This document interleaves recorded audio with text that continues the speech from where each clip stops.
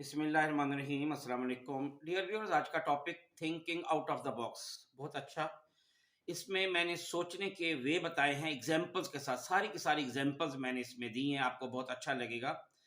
देखिए एग्जांपल मैं यहाँ से शुरू करता हूँ कि एक फोटोग्राफर ने एक तस्वीर खींची एक सिचुएशन की कि एक इंसान बिल्कुल हड्डियों का ढांचा सहरा है, वहां पे पड़ा है और मरने के करीब है, और उसके साथ एक नजदीक गिद्ध बैठा हुआ है। वो इंतजार कर रहा है कि ये बंदा मरे तो मैं इसको खाऊं। इस सिचुएशन पर उस फोटोग्राफर को 5 आउट ऑफ 6 जजेस में से 5 जजों ने उसको फर्स्ट प्राइज दिया, लेकिन जो छठा जज था उसने इनकार कर दिया। उसने कहा कि पॉइंट ये था कि इसने ये सोचा कि मैं इसकी तस्वीर खींचूं, इस वक्त इसको सोचना ये था कि मैं इस आदमी को बचाऊं कैसे। तो यही कमाल होता है, आपने सोचने का एक तरीका होता है कि आपने ये नहीं सोचा था कि मैं इस सिचुएशन को कैच करूं, तस्वीर खींचूं और मैं इनाम जीतूं, बल्कि आपने सोचा था कि मैं उस इंसान को बचाऊं कैसे, उस गिद्ध से। नंबर 2, एक और एग्जांपल है कि एक बहुत बड़ा बिजनेसमैन था, उसकी फैक्ट्री थी, इंडस्ट्रियलिस्ट था, दिन रात मेहनत करता था। एक दफा फैक्ट्री से बाहर ना ऐसे ही जरा रेस्ट करने के लिए जरा गाड़ी में बैठा रहा, खड़ा रहा। अचानक उसने देखा उसकी फैक्ट्री के गेट के बाहर ना साइड पे एक कुत्ता बिल्कुल पड़ा हुआ है, हड्डियों का ढांचा सा बना हुआ है और ऐसे लगता है जैसे मूव भी नहीं करता। तो उसने सोचा कि मैं देखता हूँ, खुदा कहता है कि मैं रिस्क देता हूँ तो इस कुत्ते को कैसे रिस्क खुदा देगा। तो बैठा रहा। आधे पौने घंटे बाद उसने देखा एक और सेहतमंद कुत्ता आया, उसने उसको आके हड्डी डाल दी। अच्छा, इसने सोचा अच्छा था, खुदा तो ऐसे भी रिस्क देता है भाई, उसने कोई बैठा आराम से हड्डी डाली है। तो इसने सोचा कि मैं क्यों दिन रात ऐसे ही जो है ना वो मेहनत कर रहा हूँ। तो उसने सोचा मैं भी अब इसको खत्म करता हूँ और मैं अल्लाह पे भरोसा करके बैठता हूँ, अल्लाह ताला मुझे भी रिस्क देगा। उसने अपना जो सारा बिजनेस है ना वो अपने भाई के हवाले किया और खुद जाके मस्जिद में बैठ गया, कहीं दूर दराज। लोग उसको तरस खा के उसको रोटी देते रहे और ये जनाब तबलीग करता रहा। एक दिन इसने अपना वाक्य सुनाया यही वाला। तो वहां पे एक बंदे ने उसको कहा कि हजरत एक जरा बात बताएंगे कि जब आप के पास फैक्ट्री थी तो आपके अंडर कितने लोग काम करते हैं। उसने बड़े फखर से कहा कि 400 आदमी। उसने कहा गौर करें, आपने उस कुत्ते को तो देखा जिसको हड्डी डाली गई, लेकिन आपने उस कुत्ते को नहीं देखा जिसने आके हड्डी डाली। कि देने वाला हाथ लेने वाले हाथ से बेहतर है। आपकी वजह से 400 घरों का चूल्हा जल रहा था और आपने उसको बंद करके आप यहाँ पे आके औरों पर बोझ बन गए। तो ये है सोचने का तरीका कि आपने कैसे सोचना था। इसी तरह एक मनी लेंडर, बहुत जालिम, उसने गरीब को ना बहुत सा कर्ज दे दिया। अब बदले में वो गरीब लौटा नहीं सकता था, तो इसने जालिम ने सोचा कि मैं इसकी बेटी से साथ शादी करूं इसके बदले में। उसने एक तरकीब चली, उसने कहा कि देखो तुम मुझे दे नहीं सकते हो कर्ज, तो ये मेरे पास बैग है, इसमें मैं 2 पत्थर डालूंगा, तुम्हारी बेटी जो है ना इसमें से पत्थर चुनेगी। अगर उसने सफेद पत्थर बाहर निकाला तो कर्ज माफ कर दूंगा, अगर उसने ब्लैक पत्थर निकाला तो फिर इसको मेरे साथ शादी करनी पड़ेगी। उसने 2 पत्थर अपने बैग में डाले। लड़की ने चालाक थी, होशियार थी, उसने देख लिया कि उसने दोनों ब्लैक पत्थर ही डाले हैं। तो लड़की ने उसमें से हाथ डाला, बॉक्स में उसके जो थैला था उसमें हाथ डाल के उसने चुपके से, क्योंकि दोनों काले थे, उसने उसमें से एक पत्थर जब मुट्ठी में डाला, बंद करके ना तेजी से एकदम नजदीक जो पानी था ना, नहर जा रही थी, उसमें फेंक दिया। अब जब ज़ाहिर बैग में से काला पत्थर रह गया, इसका मतलब बेटी ने कहा कि मैंने, देखो ये काला पत्थर रह गया ना, इसका मतलब मैंने सफेद पत्थर निकाला है, तो अब कर्ज माफ कर दो। देखो कितने जबरदस्त तरीके से उसने सोचा। बिल्कुल वही तरीका जैसे न्यूटन ने ये सोचा कि जी सेब नीचे क्यों गिरा, ऊपर क्यों नहीं गया, तो देखो वो साइंसदान बना। यानी हमने उस अपने लेवल से जो हमारी एक रीच है, अंदाज है, उसको हमने बहुत अच्छे अंदाज में सोचना है कि हमने चारों तरफ से हमने सोचना होता है। एग्जाम्पल ऐसे ही देता हूँ कि सपोज आपसे एक बंदा पूछता है भाई जी लाहौर में कितने कौवे हैं। अब ये ऐसा जवाब है, सवाल है जिसका जवाब आप नहीं दे सकते। तो आप कहें जी 1850 कौवे हैं। वो कहेगा वो कैसे, उसने कहा गिन लो कितने हैं। एक पूछता जी आपके सर पे कितने बाल हैं, 1,86,000 है जी, वो कैसे, काउंट कर लो।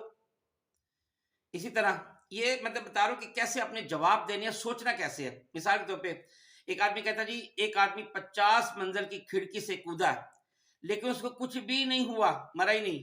भाई जवाब ये है कि वो अंदर की तरफ कूदा था, बाहर की तरफ तो कूदा ही नहीं। एक आदमी को ना मौत की सजा हुई, उसको कहा कि जी 3 कमरों में से एक कमरे में तुमने दाखिल होना है, एक कमरे में फायरिंग स्क्वाड खड़ा है, अंदर एंटर हो गए वो आपको गोली मार देगा। दूसरे कमरे में, फुल कमरे में आग जल रही है, अंदर जाओगे जल भुन जाओगे। तीसरे कमरे में 3 महीने के भूखे शेर हैं, उनको 3 महीने में एक भी दफा कुछ खुराक नहीं डाली गई, वो कितने भूखे होंगे अंदाजा करो। तो क्वेश्चन ये होगा कि आप किस कमरे में दाखिल होगे?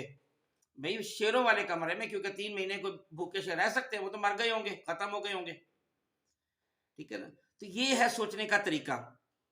इसी तरह एक जरा क्वेश्चन क्या करते हैं, वो क्या है जो मुल्तान में है लेकिन लाहौर में नहीं है? भाई 3 नुक्ते, वैसे तो बहुत सारी चीजें हो सकती हैं, 3 नुक्ते मुल्तान में, 3 नुक्ते लाहौर में, 3 नुक्ते नहीं है। क्वेश्चन ये है कि जी सामने लगी तस्वीर मेरे बाप के बेटे की है लेकिन मेरा कोई भाई नहीं है, किसकी तस्वीर है? भाई वो आपकी अपनी तस्वीर है। डिक्शनरी में कौन सा लफ्ज गलत लिखा हुआ है? लफ्ज गलत ही लिखा हुआ है। क्वेश्चन ये है कि जब कार दाएं साइड पे मुड़ती है तो कौन सा टायर मूव नहीं करता? जो एक्स्ट्रा टायर होता है वो मूव नहीं करता, स्टेपनी जिसको कहते हैं। एक क्वेश्चन है कि शीप को आप 6 महीने खूब खिलाते पिलाते हैं लेकिन उसका वजन नहीं बढ़ता, क्यों? भाई आप शीप को बिल्कुल शेर के पिंजरे के करीब बिल्कुल बांध दें, 6 महीने खूब खिलाए पिलाएं, लेकिन वो डर डर के शेर की धाड़, शेर बिल्कुल पास खड़ा है, उसके डर से वो उसका वजन बढ़ेगा ही नहीं। तो ये है thinking out of the box.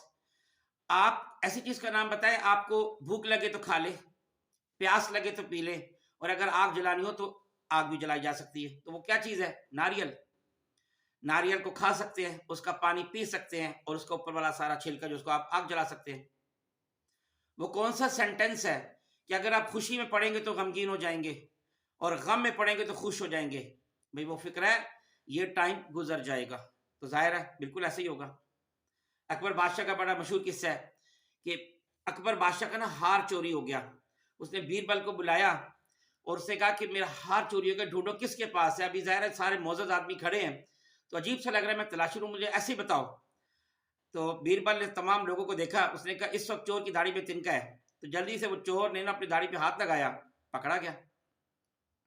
इसलिए एक और उस तरह, ये thinking out of the box आपकी एग्जांपल दे रहा हूँ कि अकबर के दौर में ना दरबार में एक ताजिर आया, उसने कहा कि मेरे पास ये एक शील्ड है, कोई तीर या तलवार इसको काट नहीं सकती, और ये मेरे पास तीर है, ये हर शील्ड को के पार चला जाएगा। तो बीरबल ने कहा झूठ बोल रहा है, क्यों? इसी के तीर को जरा इस शील्ड पे आजमाओ, इनमें से एक चीज आपकी झूठी साबित हो जाएगी। तो कितने जबरदस्त यानी जवाब है। तो इस तरह और एग्जांपल आपको देता हूं मैं। तो दूसरा इस तरह मिसाल के तौर पे एक आदमी ने ना लाइन ड्रा की बोर्ड पर। उसने कहा कि इस लाइन को टच भी नहीं करना, छूना भी नहीं, और इसको छोटा कर दो। भाई उसके साथ आप एक बड़ी लाइन ड्रॉ कर दो, ऑटोमेटिकली छोटी हो जाएगी। ये सोचने का वे। क्वेश्चन ये है, जैसे आप बस चला रहे हैं, पहले स्टॉप पर 5 आदमी सवार हुए, दूसरे स्टॉप पर 5 और आदमी सवार हुए, तीसरे स्टॉप पर 5 और आदमी सवार हुए। बताए ड्राइवर की आंखों का रंग क्या है? अब कैसा अजीब क्वेश्चन है भाई, गौर करें। क्वेश्चन में क्या था? आप बस चला रहे हैं, तो जो आपकी आंखों का रंग है वो ड्राइवर की आंखों का रंग होगा। तो इसी तरह अगर हम इस दूर तक सोचें तो ये भी thinking out of the box है कि आप हर इंसान को वो काम दें जो वो कर सकता हो, जिसके लिए यूं समझे कि वो माहिर हो जिस चीज के करने का। एक अफसर है, एक प्रिंसिपल है, एक बैंक मैनेजर है, एक कर्नल जनरल है, जब वो टास्क असाइन करता है तो यही देखता है कि मैं किसको काम दूं जिस पे वो ठीक तौर पे कर सके। ये बड़ा कमाल होता है, ये भी thinking out of the box होता है।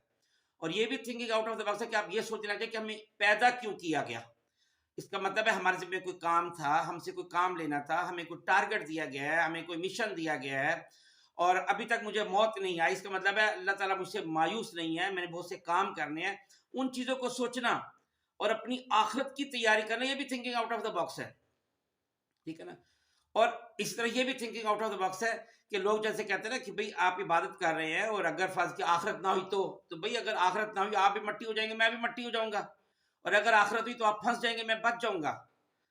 तो ये है thinking out of the box कि आपने बहुत क्विक अंदाज में चारों तरफ से आपने सोचना है। किसी सिंपल एक लाइन में आपने नहीं सोचना, आपसे कोई क्वेश्चन करता है कि 101 माइनस 102 इक्वल टू 1, इसको ठीक करें, तो ज़ाहिर है इसमें से कोई करेक्शन नहीं करनी। तो बात ये थी कि ये जो 102 है ना, ये असल में 102 नहीं था, ये 2 उसकी पावर थी।